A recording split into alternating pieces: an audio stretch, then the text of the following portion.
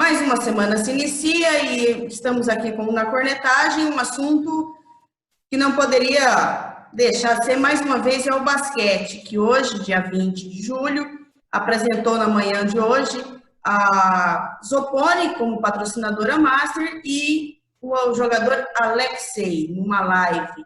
O que vocês acharam da live? O que vocês acharam da contratação da Zoponi como patrocinadora master? Vamos começar por ordem alfabética. Fábio Toledo. Então tá, né?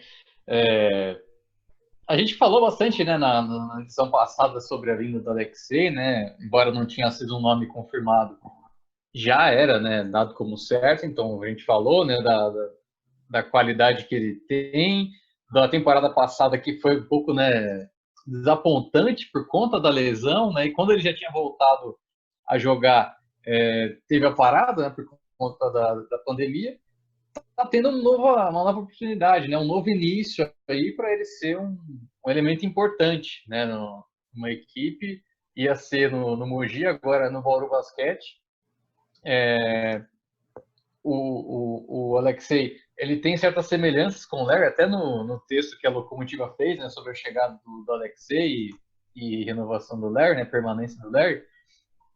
A gente falou, né, um pouco dessas semelhanças do Alexei com o Larry, principalmente o Larry da primeira metade dele aqui no Brasil, né, mais agressivo, com um armador ali partindo para cima, também encontrando espaço dos seus companheiros.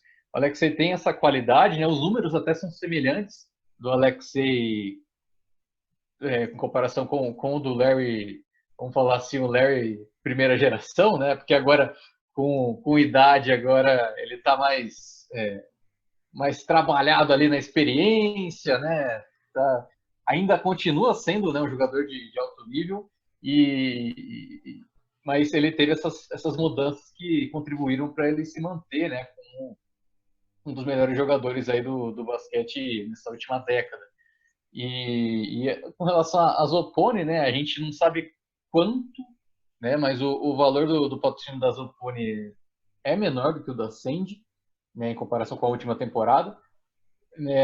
Mas esse acerto, né, de um Master, né, principalmente com a Zoponi, representa, primeiro, né, maior confiança para o torcedor, né, depois de tanto tempo aí com indefinições, e isso é importante, né, para o torcedor. Basta ver nos comentários da live que foi feita, né, muito torcedor comemorando, né, agradecendo o Zoponi, mais felizes, né, com relação ao Bauru Basquete. Também, né, serve de referência para outros parceiros, né? O próprio Golda falou, né, numa das respostas, que o nome da Zoponi é importante, né, para também atrair outros patrocinadores aí para reforçar a receita do time. Mas eu acho que o principal é que essa parceria com a Zoponi, com a Zoponi, claro, com maior participação, né, dentro do projeto, já que vinha já no Bauru Basquete há algum tempo, ela pode dar bons frutos a médio prazo, né? E aí, nesse caso, a gente tem que esperar, né, para ver como é que vai rolar. Mas a Zoponi tem potencial, né, para ser uma parceria aí duradoura, né, de sucesso para o Bauru Basquete. Duradoura já era, né? Ela já está aí há um bom tempo, não só no basquete como no vôlei também, mas duradoura no sentido de um aporte master, né? Acho que era nessa questão que o Fábio falava. Quem sabe é uma Zoponi Bauru Basquete, que vai ser o nome do time, por muitas e muitas temporadas. Pode acontecer. Vamos ver qual vai ser o trabalho da diretoria, como é que o time vai responder em quadra também. A live eu achei bem protocolar, assim, foi rapidinha. Também foi a primeira live que o Bauru Basquete fez, ainda mais nesses moldes, sabe, com uma câmera. Não foi pelo celular no Instagram, sabe? É isso que eu digo, uma live mais profissionalzinha assim. Então, eles falaram um pouquinho lá, responderam algumas perguntas e boa. Me chamou muita atenção a resposta do Vanderlei sobre o NBB, né? Que até essa pergunta foi até minha, né? Que eu perguntei se o NBB, que como o NBB vai ter provavelmente os mesmos 16 times, o mesmo número de times, né? Não sei se vão ser os mesmos que disputaram a última temporada, mas vai ter o mesmo número de times, num período de 2 a 3 meses menor, como é que o time ia manejar essa parte física e quantos jogadores o elenco teria? Lembrando que o NBB vai começar um mês depois do que começou ano passado e tem o plano aí de começar começou um mês e meio depois. E vai terminar entre um mês e meio antes também. Né? E eu perguntei para ele quantos jogadores ia ter no elenco, porque ia ser uma densidade de jogos muito maior. Ele disse que não vai ser. Ele disse que mesmo que o NBB tenha o mesmo número de equipes, o número de jogos tende a ser menor. Ele não disse como. Tá? Essa é até a desvantagem de uma live sem os jornalistas presentes. Não tinha como rebater essa, que era a pergunta natural. Não sei se um sistema diferente de turno e retorno, um retorno meia boca, uma coisa assim, ou em montagem de grupos, não sei, vamos apurar isso e quem sabe trazer na próxima semana. Mas me causou muito espanto, muita curiosidade essa resposta também. E completando, ele disse que o elenco vai ter aí 7 ou 8 jogadores para formar a espinha dorsal e o resto provavelmente vai ser molecada. E é o que a gente já imaginava, caso o NBB não fosse menor. Mas agora vamos ver como será essa montagem aí. Bom, vamos lá. Bauru Basquete e Zopponi. Legal, bacana. É bom a gente trazer essa informação para o torcedor. O aporte é menor do que o da Sendi. Só que eu não vejo desvantagem nisso, porque também nessa temporada nós vamos ter uma temporada menos inflacionada. Eu continuo insistindo na tecla que nós vamos ter uma redução de times no próximo NBB, e isso vai deixar jogadores brasileiros, um número maior de jogadores do mercado, então esse mercado vai ficar um pouco menos inflacionado. Então, sobre o ponto de vista imediato, próxima temporada, não vejo uma desvantagem você ter agora um patrocinador master com aporte financeiro menor do que o anterior. Importante é que ele está aí, está apoiando, é uma empresa de extrema credibilidade na cidade, faz um trabalho maravilhoso com a BDA, no polo aquático, no atletismo, na natação, e pelo que eu entendi na entrevista, pela fala do representante da Zopponi, vai começar a fazer algo no basquete. Eu até lamento que a minha pergunta que eu formulei não foi feita, que eu perguntei sobre categoria de base, não foi feita na coletiva. Eu queria saber mais sobre isso, mas pelo que foi colocado pelo representante da Zopponi, o Bauru Basquete vai poder usufruir de toda a estrutura hoje da BDA. Isso significa academia, profissionais, nós temos lá profissionais multidisciplinares, o Bauru Basquete vai poder utilizar todo esse know-how, então é um ganho muito grande. Eu só estou curioso para saber qual vai ser a sequência desse projeto. É lógico, o torcedor está preocupado se vai ter time competitivo para o NBB, e todos nós torcemos para isso, e acho que vai ter. Mas eu estou pensando lá na frente, lá adiante, porque eu insisto na tecla. Projeto em Bauru só vai sobreviver, seja ele qual for, com categoria de base, trabalhando-se a longo prazo. Temos que parar com essa mentalidade imediatista de só pensar na próxima temporada. Precisa montar time bom para ser campeão, precisamos montar time bom para subir ou descer de divisão. O que a gente precisa fazer é uma coisa duradoura, ter garotos tendo esse intercâmbio com os mais experientes, para que no momento de crise você não fique desesperado e não tenha nenhum aporte, nenhum apoio, inclusive, de jogadores para se montar uma equipe. Então, o que mais me deixa curioso é como vai ser o projeto da Zopponi ao longo prazo com o Bauru Basquete. Isso não foi perguntado, né? Eu até fiz uma pergunta nesse sentido, mas não foi colocada na coletiva. Quanto à formação do time, o Vanderlei, tirando essa questão que o Lucas colocou aí, que talvez o NBB vai ser um pouco mais reduzido, e deve ser mesmo, porque além da questão dos custos, você vai ter que reduzir custos de deslocamento das equipes, e também a gente tem que lembrar que está numa pandemia. O time não vai poder ficar toda hora utilizando o aeroporto, indo para um lado para o outro para jogar jogo do NBB. Então, até por isso, eu acho que a Liga vai fazer um calendário um pouco mais racional nessa próxima temporada. Foi óbvio ao falar que vai trazer 6, 7 experientes, jogadores mais rodados, é isso que a gente espera, mas eu estou muito curioso mesmo para saber quem vai ser o coach, quem vai comandar essa equipe, né? Eu acho que essa é a grande curiosidade no momento agora do torcedor do Bauru Basquete. Sobre isso, eu apurei no final de semana a seguinte informação, o Lucas tem, o Fábio também tem algumas informações nesse sentido. Uma vertente do comitê gestor gostaria de ter um técnico mais experiente. Gostaria de ter um técnico mais rodado, um cara de renome, com peso para dirigir a equipe. Porém, por isso que talvez demore um pouco essa escolha, uma outra vertente prega a solução caseira. Entende que pelo orçamento que a equipe tem, que, repito, foi reduzido, se investiria mais em jogadores do que em comissão técnica para essa temporada. E aí, o nome do Hudson e até mesmo do Vanderlei, não descartem essa possibilidade, poderiam assumir o comando técnico da equipe. Então, hoje há uma divisão no comitê gestor do Bauru Basquete. Uns querem um técnico mais experiente e outros defendem até a solução caseira. Essa é uma pergunta de R$1 milhão, né, para a próxima temporada, por enquanto. Eu até falei no meu Twitter, quando eu comuniquei a saída do Demetrios, dos nomes disponíveis no mercado, né? Porque tudo bem, totalmente compreensível você querer sair do Demetrios e ir para um técnico também de nome, também badalado. Mas quem? Quem tem no mercado?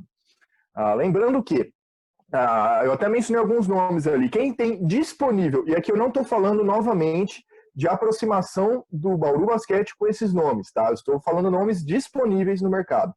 Você tem o Zé Neto, que já declarou que faria uma função dupla na seleção feminina. Seleção feminina que não vai para a Olimpíada, então também não tem um trabalho tão urgente para a próxima temporada.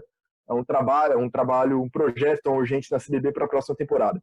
Você tem o Zé Neto, você tem o Léo Figueiró, que ainda não fechou com o Botafogo. Depois disso, você tem Espiga, que ficou ausente no último ano, né? Foi técnico do Minas, temporada retrasada, e meio que é isso aí, né? O resto dos demais times estão com seus técnicos engatilhados. Até mesmo o Mogi, que está numa situação terrível, que não se sabe se vai disputar, já teve a permanência do Guerrinha, caso o projeto continue, como garantida. E aí, nessa mesma toada, a gente tem o Fernando Pena no Rio Claro e o Bruno Samignani no Corinthians. Então, temos o César Guidetti também, que tá livre aí. Mas, desses nomes aí, quem seria uma frente ao Dema em termos de experiência, em termos de qualidade, de currículo? O Léo Figueiró e o Zé Neto, a meu ver. Também gastar muito dinheiro para vir algum outro que não está empregado no momento, eu acho um pouco complicado. Então, vamos ver qual vertente vai ser escolhida pela diretoria nas próximas semanas. Mas eu não vejo motivos para sair desses 4 nomes, né? Do Vanderlei, do Hudson, do Zé Neto ou do Figueiró. Lembrando que Zé Neto e Figueiró é por disponibilidade, não por aproximação no momento. As duas frentes, né, são compreensíveis, né, de ter um treinador experiente, de ter um treinador da casa, né, com custo menor. Vai caber aí, né, de como se definir internamente isso, né? Eu realmente eu sou aberto para as duas opções, né? Não tenho nem como definir assim o que eu preferiria, mas precisa ter muito, né, o olhar na questão financeira da equipe, se vai ter condições para bancar, né, um treinador com maior peso, né? No caso seria mesmo como o Guanés falou, né, do Léo Figueiró. Acho que nenhum outro no Brasil aí teria peso, né, tarimba para ser o substituto do Demetrios, né? Aqui em Bauru, o Guerrinha, claro, mas acho que dificilmente, né, o Guerrinha aceitaria retornar nesse momento.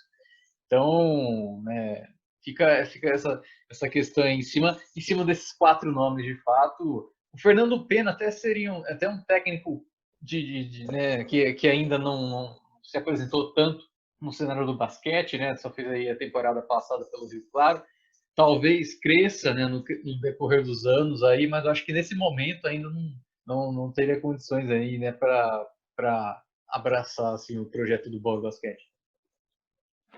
E no final das contas, tem ainda os técnicos argentinos, né, que a gente não menciona, mas não deixa de ser nomes, não deixam de ter nomes de qualidade lá no país vizinho, mas muito disso realmente, como o Fábio falou, tem a questão financeira, né? A gente sabe, obviamente, que Vanderlei e o Hudson seriam muito mais baratos do que trazer um desses outros técnicos citados, mas a gente não tem no Brasil informações oficiais, né? A gente tem que ficar caçando para descobrir, catar um caquinho aqui, um caquinho ali, juntar tudo.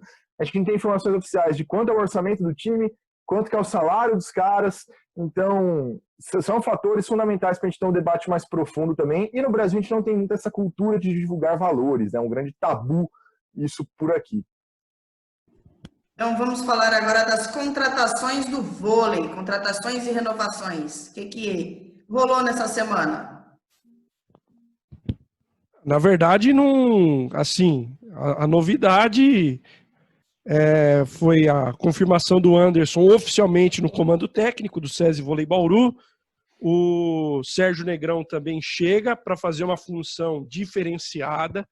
Ele até nos concedeu uma entrevista essa semana aqui no nosso canal no YouTube e disse que, na verdade, vai cuidar da categoria de base, vai cuidar do projeto social e, principalmente, da questão que envolve novos recursos, lei de incentivo fiscal, que é o caminho do esporte.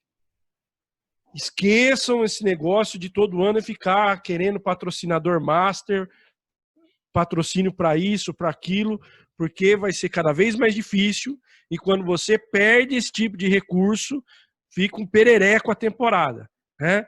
Você não consegue nem dar ao seu torcedor a certeza que vai disputar ou não.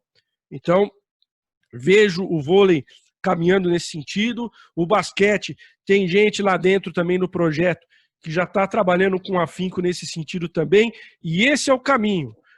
Muitas pessoas me perguntam na rua, por que o Flamengo consegue contratar todo mundo e ter um timaço de basquetebol? Porque tem lei de incentivo, né? Só o que a TIM abate de imposto lá no Rio de Janeiro e aplica no time do Flamengo, dá para os caras renovar com o Marquinho, dá para renovar com o Olivinha, dá para contratar o Iago, dá para renovar com o Balbi e dá para trazer quem eles quiserem hoje no mercado brasileiro do basquetebol. Então, por isso, repito, esse é o caminho da sobrevivência do esporte bauruense. E o Sérgio Negrão está chegando no projeto do vôlei para isso. Óbvio que ele tem uma experiência de quadra, vai dar os seus conselhos ao Anderson Rodrigues, pelo seu know-how, pela sua amizade. Ele até disse na entrevista que nos concedeu que o Anderson é um cara que ouve muito e ouvia muito ele lá no Brasília. Então, para efeito de time adulto, vai ser o Sérgio Negrão vem para agregar nesse sentido, vai ser um conselheiro do Anderson. Mas a vinda dele, especialmente para o projeto em Bauru, ficou muito bem claro.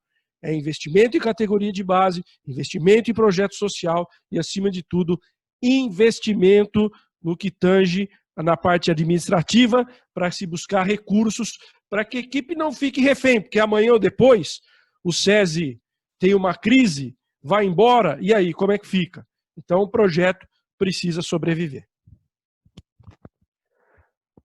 E nessa toada do como é que fica, primeiro mencionar também que nessa semana tivemos as confirmações da Tiffany e da Maihara, né? A gente já falava delas aqui em outras semanas, foram apresentadas... E a Denísia. A Denísia também. E essa semana vai o resto. Essa semana devem anunciar o restante. É que eu achei que a gente já tinha falado da Denise na última semana. Mas foi nos últimos dias, realmente. E falando da Superliga geral, né, tivemos aí também a apresentação oficial do Bernardinho, agora no Sesc Flamengo, né, no Sesc Flamengo, da junção do Sesc Rio com o time do Fla.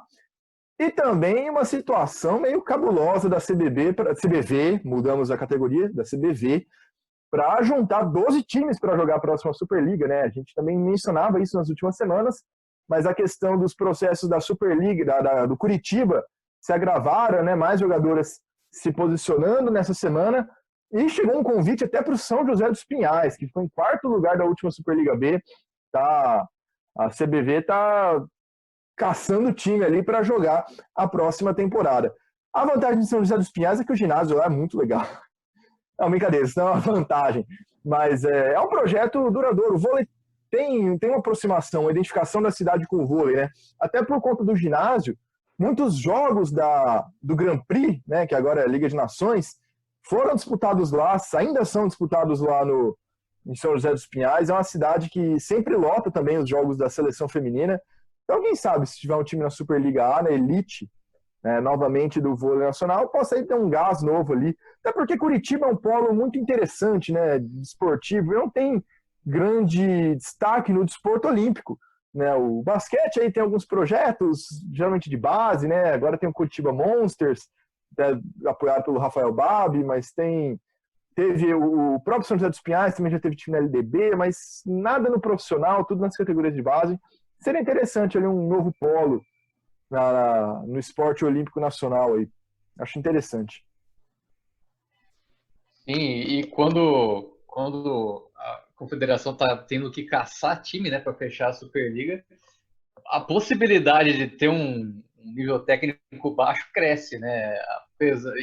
Não só não de diminuir o nível técnico, mas ter uma maior disparidade técnica entre as equipes, né? Que já é um problema da Superliga, e que pode se agravar nessa próxima temporada caso, né, seja realmente isso, né? Caçar equipes aí para disputar, porque muitas já não têm condição financeira, né? O próprio Valinhos, né, já declarou que não tem condição de disputar mesmo com a vaga, né, garantida. Então, vamos ver como é que vai seguir isso aí, né? Porque eu sempre, quando eu vou avaliar a Superliga, sempre acho que o problema dela é essa disparidade técnica, né, entre as equipes. Por mais que muita gente reclamava do ranking da CBV, era uma coisa que até sendo feita corretamente, esse era o problema, que não era feito corretamente, mas sendo feito corretamente até pode garantir maior, né, paridade entre as equipes. Mas com essa liberação, dependendo de como acontece, né, fica maior ainda essa disparidade e o ranking não deu certo porque muitas equipes que teria, né, espaço para jogadoras com maior qualidade, né, com maior nível ali no ranking, não tinha condição financeira para pagar, né? Esse era o problema, né? Muitas jogadoras, inclusive, reclamavam, né, de falta de espaço, mas não aceitaria, né, jogar com um salário menor, né, uma equipe com menor investimento que não ia ter condição de pagar o tanto que elas pedem. Mas com relação aí às jogadoras que, né, permaneceram no time do Vôlei Bauru, já tem, né, a Denise, né, e a Maihara, com a chegada da Mara, né, mostra uma qualidade, né, na rede aí do Bauru, que pode ser uma das melhores da Superliga, né? Eu gosto muito da Mara. A Maihara tem experiência, né, de tantos anos ali jogando com o Bernardinho no time do Rio de Janeiro. A Denise, então, nem se fala. Então, a rede ali está bem forte. No caso da Tiffany, ela se manter, né, até por conta dessa abolição do ranking, na minha opinião, né? Foi uma jogadora que injustamente foi colocada no top máximo ali do ranking. E aí acabava tirando o espaço, né, de outras jogadoras aqui no SESI Vôlei Bauru.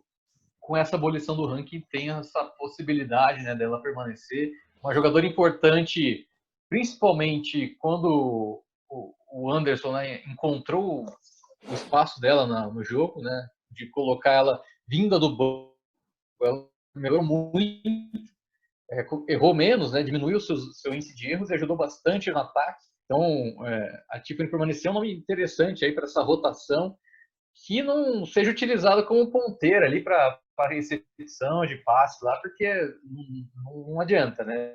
Tem que deixar ela apenas ali como oposto ou apenas ali atacante na rede, no fundo do quadro ali, não é a dela não, que seja utilizada dessa maneira, né? Inclusive até uma vez que o Pinheiros, né, que o Sérgio Negrão era técnico, eu vi comentando um pouco ele falando, né, que a Tiffany no fundo do quadro não era boa o suficiente ali, né? Que era uma jogadora com um potencial ofensivo enorme, mas que no momento, como recepção, não era a mesma coisa.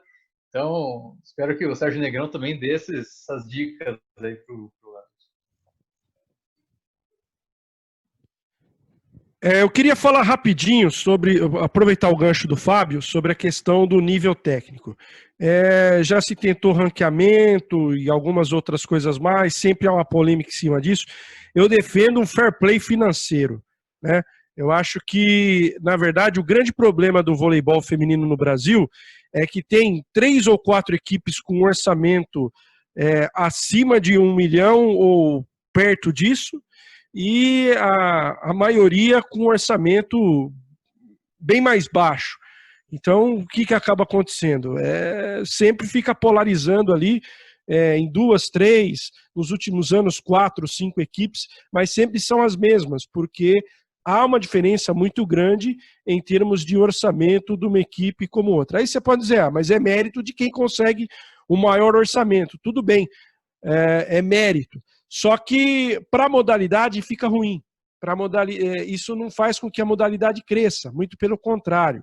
Eu acho que a CBV precisa começar a rever esse tipo de situação, cobrar mais das equipes também fileiras básicas, né? Promover como o basquete. Eu tenho muitas críticas à Liga Nacional de Basquete, mas quando ela organizou a Liga de Desenvolvimento foi algo muito legal, porque eu acho que isso precisa ser aprimorado, obrigar as equipes a terem equipes de base, para que a gente não sofra esse problema que o esporte brasileiro vai sofrer agora. Você vê, o Pinheiros ele vai continuar na Liga Nacional de Basquete, por quê? Porque ele tem uma categoria de base, então ele vai jogar com a molecada e vai tocar o seu projeto.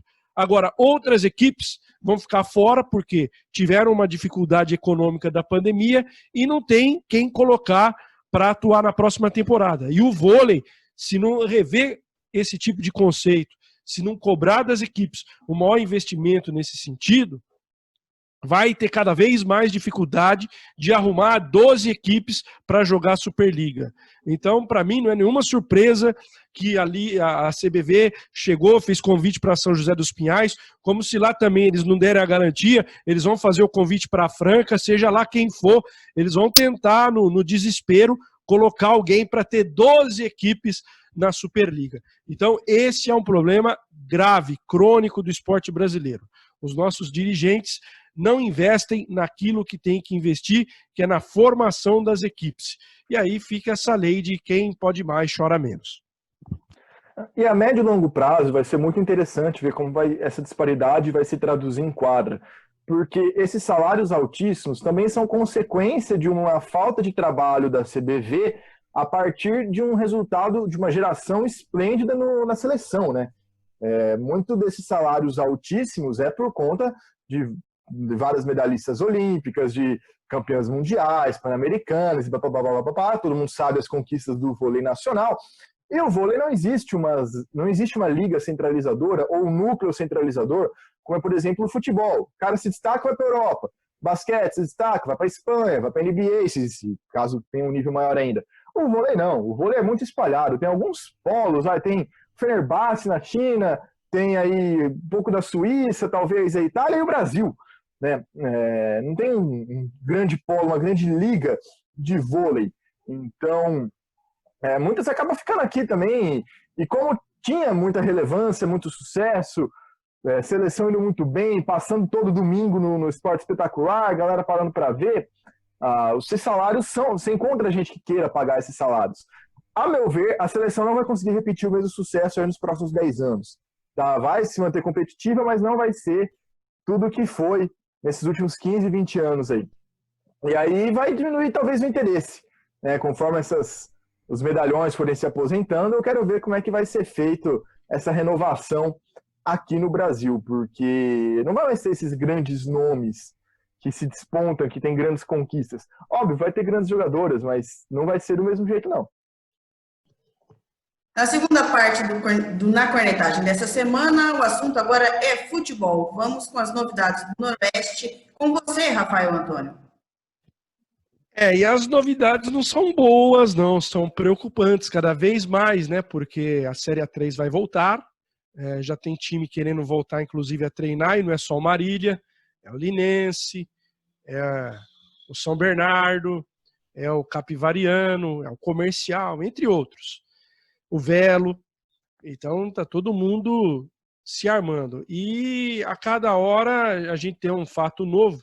Vou até acreditar que é informação, que é do nosso colega lá da Jovem Pan, o Lucas Rocha, que muito provavelmente o Gali, né, que é o homem do bingo, e aí o Rocha até tem uma informação privilegiada, não ele Rocha, mas o diretor da rádio trabalha para o Gali, né? Então ele trouxe essa informação hoje na Jovem Pan. O Gali não vai continuar investindo no Noroeste. E quem acompanha o dia a dia do Noroeste sabe que hoje boa parte dos salários dos jogadores do elenco da Série A3 eram pagos pelo Gali. Então, se tivermos essa ausência aí de investimento, fica comprometido não só a recolocação dos jogadores da Série A3, mas até em termos de competições futuras, já pensando em 2021. A gente vai tentar, inclusive, levantar nas próximas horas mais detalhes sobre essa informação, que, se realmente for confirmada oficialmente, é extremamente impactante no Esporte Clube Noroeste. Muito preocupante a situação do Alvirrubro, que de todos os projetos é o que mais está sentindo com esta pandemia, porque não é um projeto estruturado, é um projeto que é sempre feito na base do imediatismo. Vai montar time para subir, né? Não se tem uma preocupação com o futuro, com percalços. Então, o Noroeste fica muito prejudicado nesse sentido. Ontem até eu tive a curiosidade de ouvir o jogo entre Campinense e Atlético Cajazeiras, da Paraíba, Campeonato Paraibano. Foi a retomada do Campeonato da Paraíba. Por que eu estava ouvindo esse jogo? Para saber se o Renan ia entrar em campo. Mas o Renan não jogou não, ficou no banco de reservas e não foi utilizado pelo treinador da equipe do Atlético Cajazeiras para essa partida pelo Campeonato Paraibano, onde o Atlético, que está bem no campeonato, inclusive, classificado para a fase final, perdeu para o Campinense pelo placar de 1-0. O Fabrício está lá no Cuiabá, mas o campeonato no Mato Grosso está parado, até porque nós estamos vivendo situação crítica em Cuiabá por conta da Covid-19.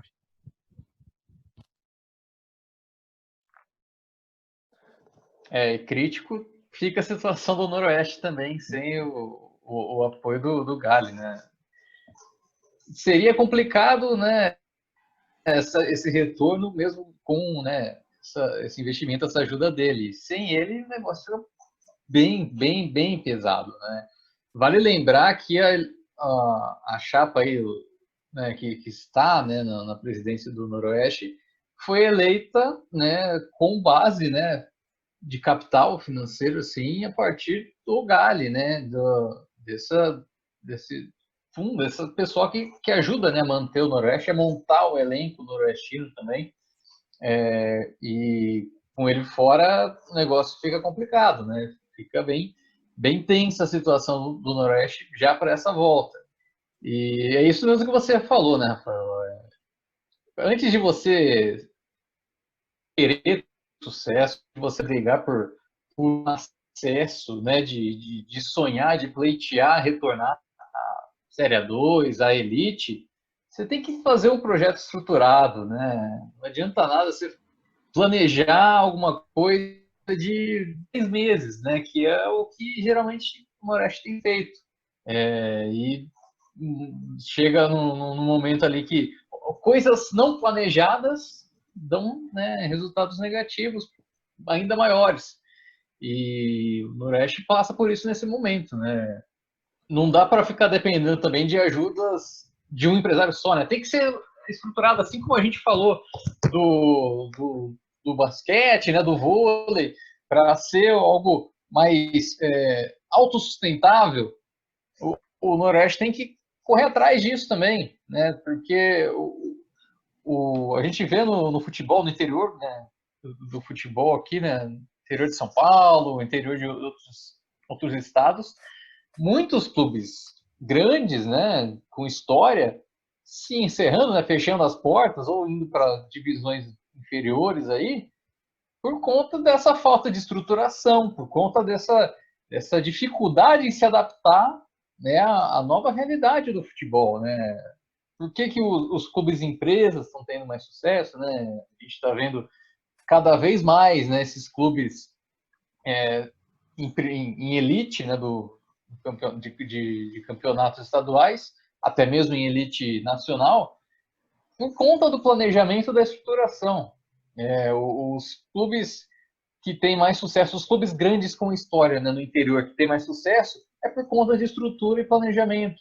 A gente tem o Botafogo de Ribeirão Preto, o Ituano, né, são equipes com história e por conta, né, de uma boa estruturação, de um planejamento adequado, conseguiu chegar, né, num bom nível, num bom patamar e se manter, né, que é o que é ainda mais importante, né, do que chegar. Então, antes de pensar qualquer coisa, antes de sonhar com acesso, o torcedor e quem estiver no comando do Noroeste tem que pensar primeiro em fazer, né, o clube viável, o clube, né, estruturado adequadamente para, né, conseguir todas essas ambições. Hein? Eu só queria fazer um adendo antes de ouvir o Lucas, porque vem de encontro ao que o Fábio está falando.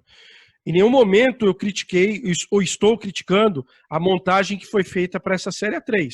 Foi uma montagem legal, o time deu liga dentro de campo, fato é que estava liderando o campeonato. Eu não tenho nenhuma contestação em relação a isso. Porém, aconteceu o fato da pandemia, a paralisação do campeonato, o encerramento dos contratos, aí você vê como esse modelo imediatista é um modelo vulnerável para os dias de hoje do futebol e do esporte. O Noroeste, ele tem uma agravante em relação, por exemplo, se a gente fazer um comparativo ao vôlei e o basquete. Vôlei e basquete poderão encontrar nas leis de incentivo fiscal uma solução para os seus problemas. Em relação ao Noroeste, é uma situação mais difícil, porque não existe uma lei específica para o futebol profissional de você poder abater imposto para conseguir recurso. Isso poderia ser feito justamente pelas categorias de base. Então, mais uma vez eu digo, o Noroeste só vai conseguir sair desse estágio que ele se encontra, porque o Noroeste anda, patina e não sai do lugar. Já faz 5 anos que está na Série A3 aí. Esse ano até, se não tivesse acontecido a pandemia, poderia ter subido. Mas o que eu quero dizer é o seguinte, se o Noroeste não tiver um projeto a longo prazo, principalmente para que ele invista numa categoria de base e ele possa, a cada final de ano, negociar 2, 3 jogadores e assim sustentar o seu projeto, ele não vai conseguir sobreviver. Não adianta. Por mais que nós tenhamos uma torcida apaixonada, maravilhosa, que está fazendo brilhantemente o seu papel, vendendo feijoada, fazendo vaquinha, mas isso não adianta, isso não resolve o problema do clube. Nós vamos ter um agravante agora na volta da pandemia, que vai ser jogo com portão fechado, que o Noroeste perde mais uma grande parcela dos seus recursos, que é exatamente o ingresso que o torcedor paga. Então, isso é urgente, o Noroeste precisa de um projeto. Não adianta a gente ficar falando, como eu vejo em rede social, os caras, por que os caras investem no Bauru Basquete, no Vôlei Bauru, na BDA e não investem no Noroeste? Não investem porque o Noroeste não tem projeto. Até hoje o Noroeste não tem projeto. O projeto do Noroeste é, vamos montar um time para subir. E isso hoje não funciona mais no futebol profissional. Não adianta.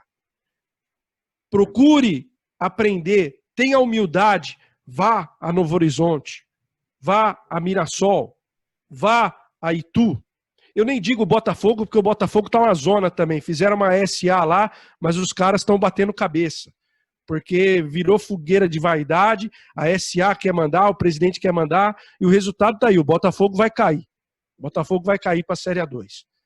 Mas procurem se espelhar nesses modelos que eu citei, eu exemplifiquei aqui. Tem mais, a Ferroviária é um modelo legal.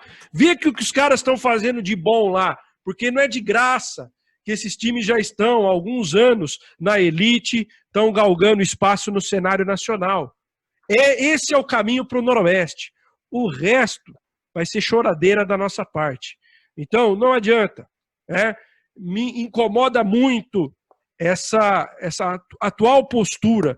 Ao mesmo tempo que eu elogiei aqui o trabalho, a montagem da equipe, agora me causa muita preocupação a atual postura da diretoria, que está mais uma vez quieta, some, fica esperando o discurso da federação para tomar providência. Não precisa esperar o discurso da federação, o campeonato vai voltar. É o Noroeste mais 4 ou 5 que não querem a continuidade do campeonato, o resto todo mundo não só quer, como já está se mexendo. O Marília até entrevista coletiva já deu. Então, vamos acordar, gente.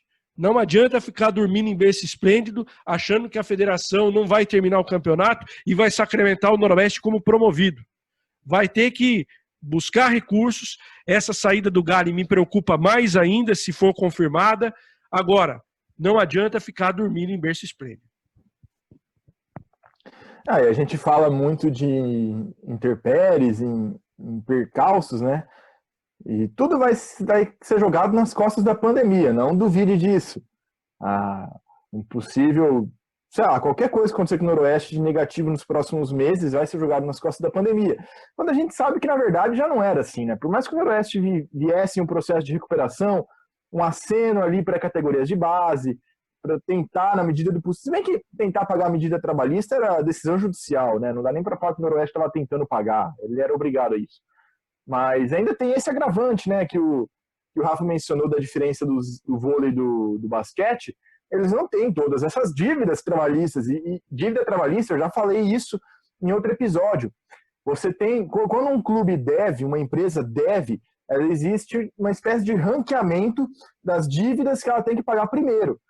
E o direito trabalhista está lá no topo. Qualquer coisa que entra, a dívida trabalhista vai e suga, e chupa esse dinheiro.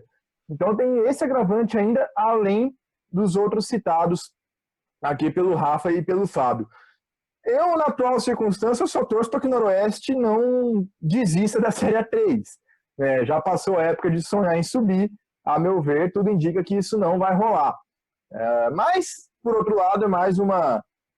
não dá para a gente aliviar também.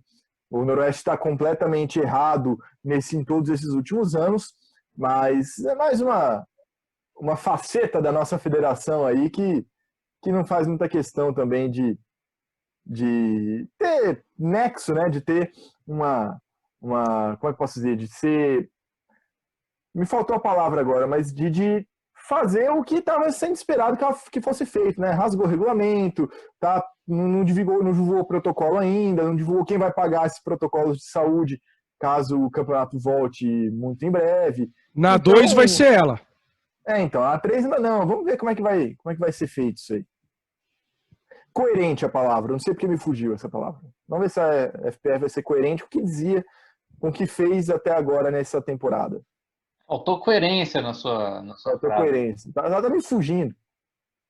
É que eu tava com e eu só vinha Covid na cabeça. Não era isso que eu queria falar, né? A incoerência, bonita aquela foto ali da sua colação de grau. Rapaz, mas do ensino médio ainda, faz 18 anos. No cantinho ali. Achei que o ombro ia cobrir assim, mas não sei. Faz uns 20 quilos essa foto aí. Cara, mais, faz uns 30 quilos essa foto. Que beleza, acabou o assunto, é isso? Vocês não vão falar nada do SBT hoje? Theo José? Não, brincadeira, isso foi sacanagem. Isso foi sacanagem que eu já tive do outro lado também. Às vezes é necessário fazer isso, provavelmente a comunicação cabine e campo não estava sendo muito bem feita ali. Mas... eu sei muito bem disso, viu? Não vamos zoar. É que virou meme a repórter chamando o Theo José toda vez, mas provavelmente tinha algum probleminha ali, ela precisou ficar fazendo isso, né? Mas é que o jogo foi tão chato. O gol foi um gol também, chutou uma bola, espirrou, sabe? Coitado do Theo José, né? Que estava fazendo o possível ali para levantar o ânimo desse jogo. Mas foi meio complicado, né? Deu a lógica, o Flamengo ganhou, Jorge Jesus foi embora. Vamos ver agora como é que o Flamengo vai se virar, né? A gente já viu que o mesmo elenco na mão do Abel Braga e na mão do Jorge Jesus deram resultados completamente diferentes. Vamos ver de quem que eles vão atrás agora e como vai ser essa sequência do Flamengo nos próximos meses. O Flamengo perdeu força, então, com a saída do Jorge Jesus? Não dá para saber. Tá tudo parado. O Campeonato Brasileiro vai demorar ainda. Não vai demorar não, né? Mas essa saída dele, nas próximas semanas, ainda vai ser totalmente o estilo de jogo dele, toda a filosofia dele. Vamos ver a partir de quem chegar. Não tem muito como prever. Eu só espero que o Flamengo vá atrás de um técnico que tenha o mesmo perfil do Jorge Jesus e não simplesmente, quero um técnico português e dane-se o que ele faz em campo, quero um português. Esse tem que ser o grande cuidado do Flamengo, a meu ver. Só chama atenção, né, que o Jorge Jesus acabou saindo daqui do Brasil por conta do péssimo tratamento que está sendo feito da pandemia, né? Pela insegurança, pela dificuldade que a família dele tem, né? Ficou com medo. A família dele nem vem, né, para o Brasil por conta da pandemia. Pandemia é essa que, né, defendida, né, sendo bem mal gerida pelo cara que, né, meio que organizou, né, esse retorno do futebol. O Flamengo deu um belo de um apoio e mais uma vez aí, né, tá tendo essas implicações dentro do futebol com a saída do JJ, e o próximo treinador do Flamengo vai vir da Europa, né? Isso sem dúvida. Se algum treinador brasileiro achou que ia ser chamado, né, tipo, esperar o telefonema aqui, né, Celso Ruth tá esperando o telefonema, mas isso não vai acontecer não, vai ser treinador vindo da Europa aí, vai saber quem agora, né? Tem que ser o mesmo perfil, né? Isso é fato, mas mesmo sendo um fato, né, o dirigente de futebol brasileiro não leva isso muito em consideração, não. Só me chama a atenção um pouco a soberba do torcedor, né? O Flamengo ficou aí anos e anos e anos com um time péssimo atrás de time péssimo, depois da saída do Adriano e do Wagner Love, foi só isso. E chegou o Jorge Jesus aí em 6 meses, fez história no Flamengo, e muita gente disse que ele foi para Portugal, país pequeno, foi se esconder. Falta um pouco de noção de ver que no mercado do futebol mundial estamos sim atrás de Portugal, que o Jorge Jesus estava no Benfica, foi para um time menor, que o Sport, apesar de ser um grande de Portugal, era um time menor que o Benfica, foi mais para trás ainda indo para a Arábia, depois deu ali um passo meio semelhante, um passo meio para o lado vindo para o Brasil, e apareceu. O cara apareceu, vai voltar para Portugal, um país desenvolvido, que está controlando a pandemia, e vai jogar Champions League. Eu não sei qual que é o espanto, né? Não estou entendendo. O Flamengo pode ter mais torcida. Tá, a torcida do Flamengo é maior que a população de Portugal, que dirá a torcida do Benfica. É até muito engraçada a faixa que colocaram já ali para a próxima sede do Benfica, falando, como é que era? 9 milhões de torcedores esperando seu retorno. O Flamengo tem 40. Mas mesmo assim, no cenário do mercado mundial, qualquer time brasileiro está atrás de um Flamengo, de um clube grande de Portugal, de um clube grande, sei lá, de uma liga menor aí da Espanha, da Alemanha, exceto o Bayern, está atrás ainda, não tem muito o que discutir não, essa é a nossa realidade. Que se tragam mais Jorge Jesus para ver se levanta isso aqui e que se mude a mentalidade do futebol aqui no Brasil também. Bom, respondendo a pergunta da Cristiane, a partir do dia 9 de agosto é que nós vamos saber se o JJ fará falta ou não ao Flamengo. O fato é que Campeonato Carioca não é parâmetro para nada. Com todo respeito, Campeonato Carioca, o jogo contra a LDU, né, que foi a final, a LDU não, foi o time lá que tirou o Corinthians na Sul-Americana, Del Valle. O jogo contra o Del Valle, que é o nome do suco lá, o Independente Del Valle, o jogo contra o Atlético Paranaense em Brasília, isso não é parâmetro. O Flamengo foi conquistando esses torneios, que eram uma partida, 2. Isso aí não é parâmetro para dizer que o Flamengo hoje é o maior soberano do futebol brasileiro. Até porque o futebol é muito dinâmico. O JJ saiu, tem gente montando coisa boa por aí. Estou muito curioso para ver como é que vai ser esse Atlético Mineiro do Sampaoli. Eu acho que tem que... vamos aguardar. Tem que esperar. Eu acho que o São Paulo pode ser uma surpresa agradável no próximo Campeonato Brasileiro. Precisamos ver o Palmeiras, com essa perda do Dudu, como é que vai ser a reposição, mas tem que respeitar o professor.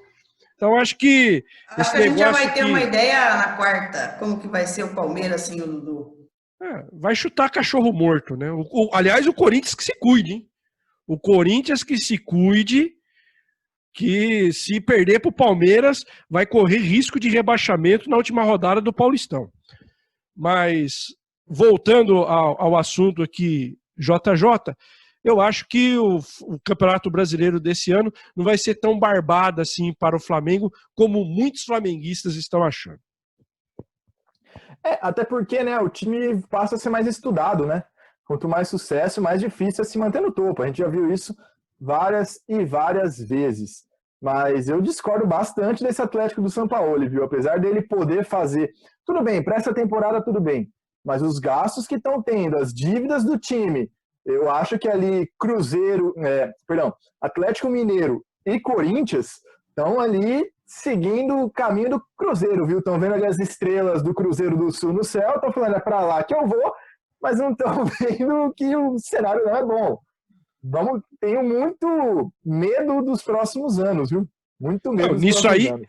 Nisso aí eu concordo com você. Eu acho que os caras estão fazendo loucura, como o Cruzeiro fez, como o Corinthians vem fazendo há muito tempo, e agora, sexta-feira, o próprio presidente admitiu que gasta mais do que arrecada, mas é aquela coisa, vamos voltar na discussão do imediatismo com um projeto a longo prazo, né? O imediatismo, ele pode dar certo numa temporada, mas ele não vai dar certo na sequência dos anos. O Atlético ele está se inspirando no Palmeiras e no Flamengo, né? Principalmente no Palmeiras, que ficou aí também anos e anos com times ruins, enquanto construiu seu estádio, aí conseguiu arrumar casa, conseguiu um patrocinador forte. O Atlético está tentando fazer a mesma coisa sem a parte de passar por anos e anos de times ruins. Ele está gastando dinheiro em jogadores que muitas vezes não estão rendendo o esperado, na esperança de que a sua arena MRV, que vai ser finalizada aí futuramente, consiga resolver o problema, mas talvez o buraco seja grande demais para que um estádio consiga resolver toda essa questão que eles estão imaginando, né? Vamos ver aí. Esses casos, né, de Corinthians e Atlético Mineiro são mais um, né, de doping financeiro, né, que acontece muito no futebol brasileiro, né? No caso do doping financeiro, quem se ferra é o próprio clube, né? Que uma hora ou outra a conta vai chegar e não vai ser bonito de se ver, né? Vai ser trágico. Então tem que tomar muito cuidado nesses clubes aí. O Cruzeiro deu ruim principalmente porque foi um negócio ainda mais além do que, né, investimento, teve corrupção no meio, e o Corinthians e o Atlético Mineiro tem que tomar cuidado, né? Porque esses altos investimentos aí causam graves problemas, né?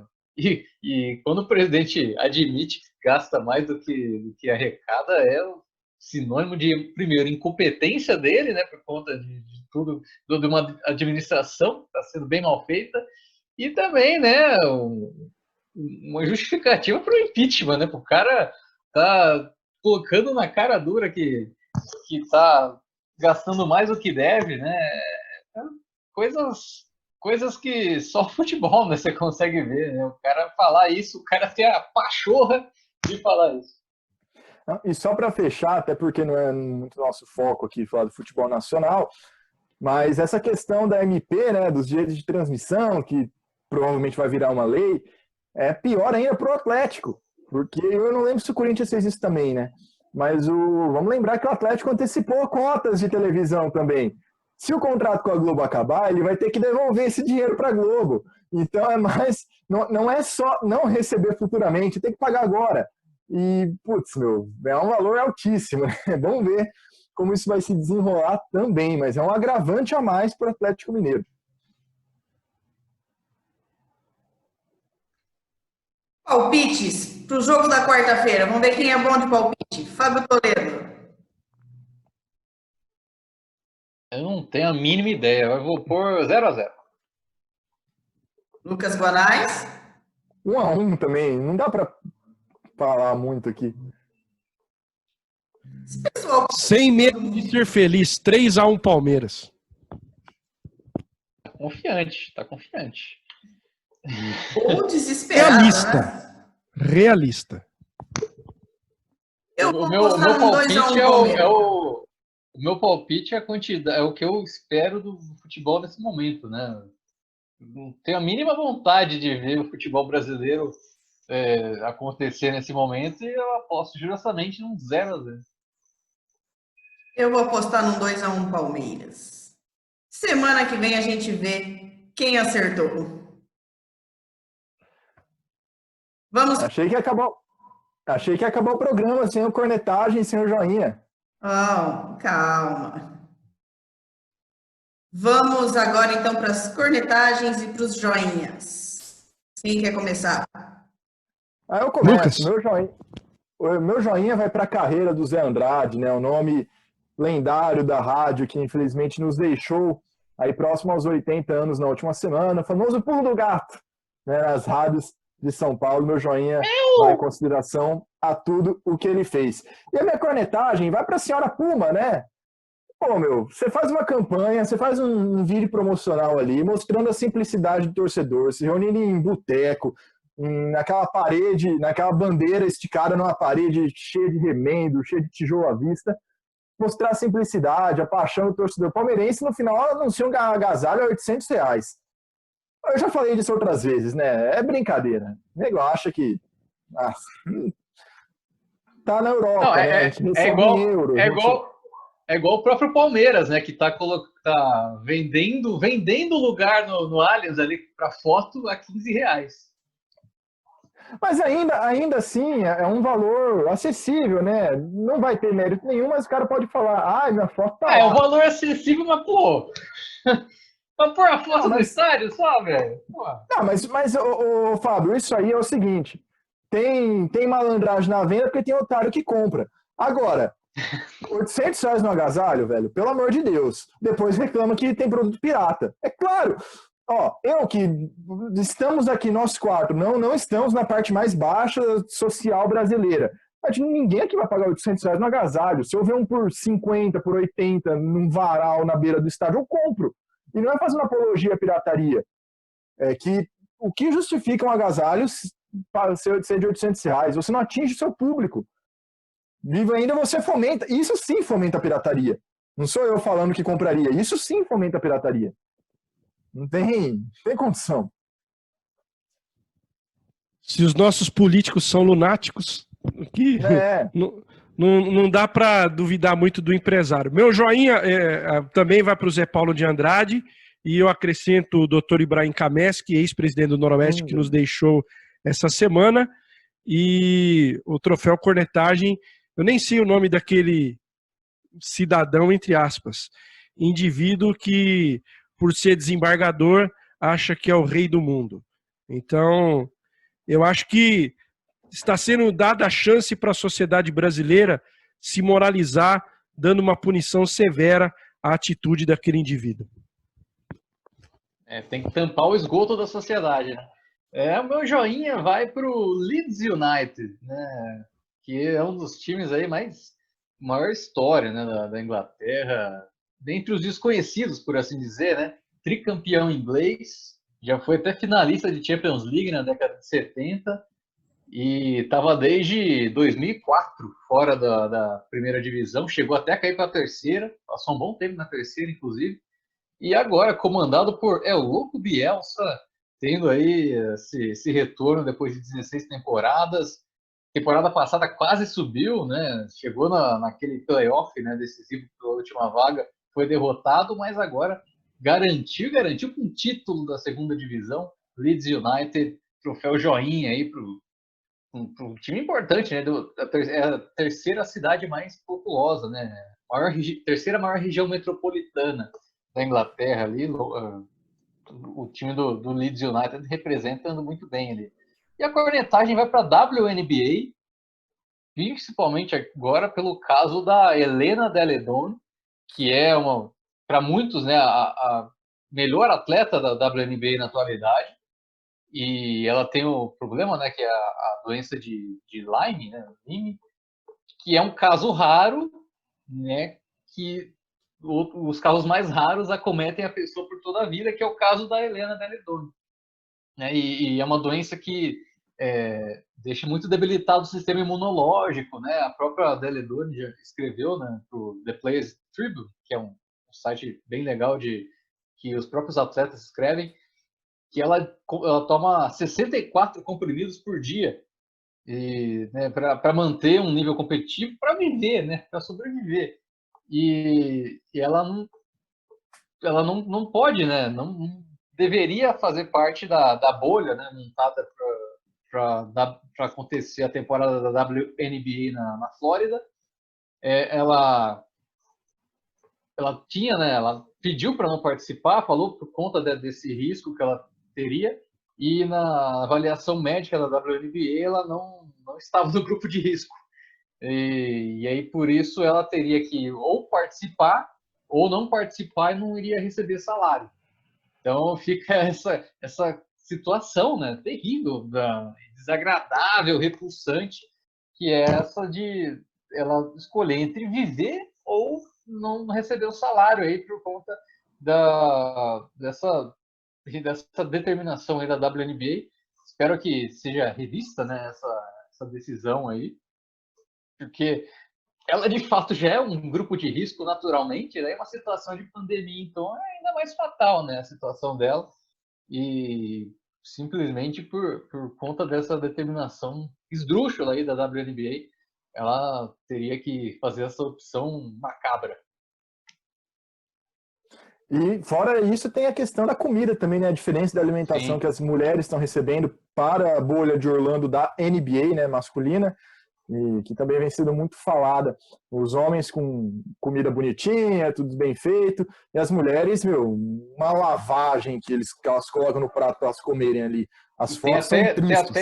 Tem até ratoeira, né, no lugar do alojamento delas. Aqui fica um lugar diferente, né? Não fica na Disney, fica na IMG Academy, que é mais distante de Orlando, né? Mais perto ali sim. de Sarasota, esses lugares aí.